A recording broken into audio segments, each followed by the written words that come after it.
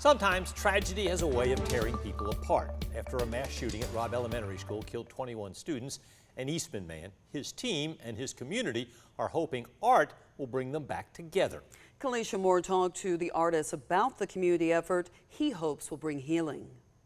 1,200 miles away from Uvalde, Texas, Sean Peacock read headlines in horror of the mass shooting at Robb Elementary School. I didn't want to read the news.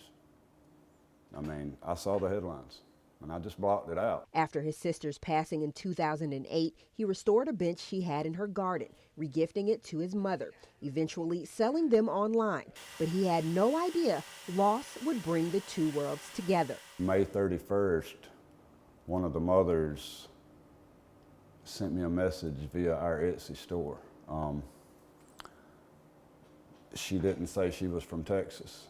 She just wanted to know, could I customize this bench for the loss of a child? Peacock says he had a gut feeling it was connected to the shooting. After researching the child's name, sadly, she was one of the victims. After I discovered who she was, I was very, very much still emotional.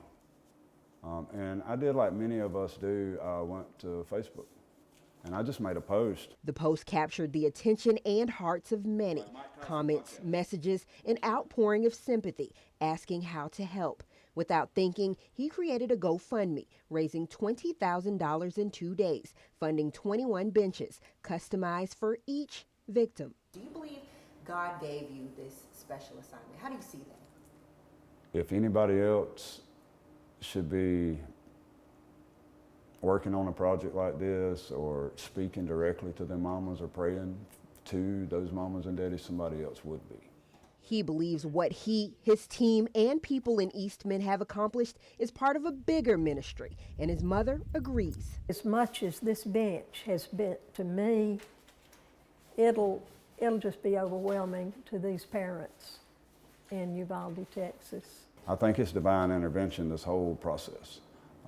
It's going to take a lot of me and you talking for you to get that whole story down, to understand I just didn't make some benches here. We're fighting against the worst evil we can think about.